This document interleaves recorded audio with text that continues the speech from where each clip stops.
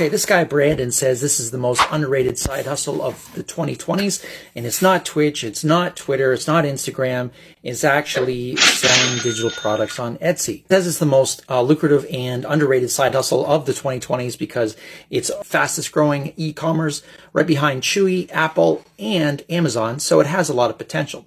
Now, how it works is like this. You make a digital planner or a digital product like a resume template and you upload it and it becomes evergreen. You basically put keywords under it and people will go to it on a regular basis. It's faceless.